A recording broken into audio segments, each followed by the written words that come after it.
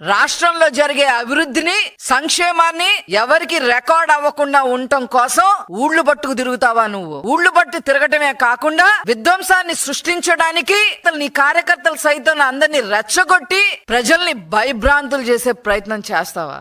ఆ వీడియోలన్నీ ఈ రోజు ప్రజలకి తెలిసేలాగా ఆ వీడియోని కూడా ఈ రోజు నేను డిస్ప్లే చేయబోతున్నా. బీసీల గురించి మాట్లాడే హక్కు అసలు వైసీపీ పార్టీకి ఉందా?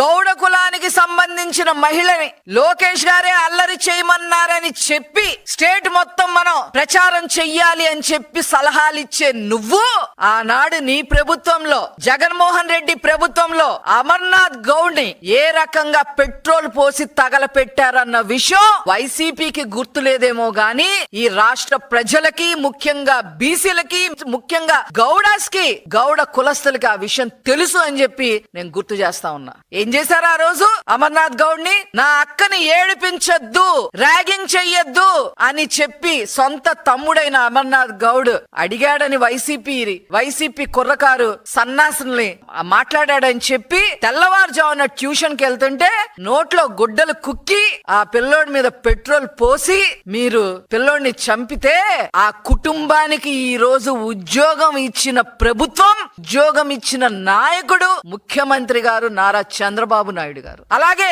గౌడ కులస్తురాలైన గౌతు లచ్చన్న గారి మనమరాలు గౌతు శిరీషాని అక్రమ కేసులు బనాయించి తప్పుడు కేసులు కట్టడమే కాకుండా అక్రమ సంబంధాలు కూడా అంటగట్టి నైతికంగా గౌతు శిరీష గారిని ఏ రకంగా మీరు చేశారనే విషయం మొత్తం రాష్ట్ర ప్రజలకి, గౌడ కులస్తులకి అందరికీ తెలుసని ఈ సందర్భంగా నేను తెలియజేస్తాను. అంతేకాదు ఇతర బీసీ కులస్తుల్ని 300 మంది పైగా హత్యలు చేశారు, దుర్భాషలు ఆడారు, ఇష్టం వచ్చినట్టు నన్నే 4 తెగ్గొస్తామని చెప్పి బహిరంగంగా మాట్లాడాడు మీ వైసీపీ ప్రభుత్వంలో ఒక సన్నాసి. లోకల్ బాడీస్ లో బీసీలు లీడర్లు అవ్వకూడదని చెప్పి చంద్రబాబు నాయుడు గారు ప్రవేశపెట్టిన 34% రిజర్వేషన్ ని తగ్గించేసి 16,800 మందిని బీసీ లీడర్లుగా ఎదగకుండా చేసిన నాయకుడు జగన్మోహన్ రెడ్డి. మీకసలు ఈ రోజు బీసీల గురించి మాట్లాడే అర్హత ఎక్కడుంది?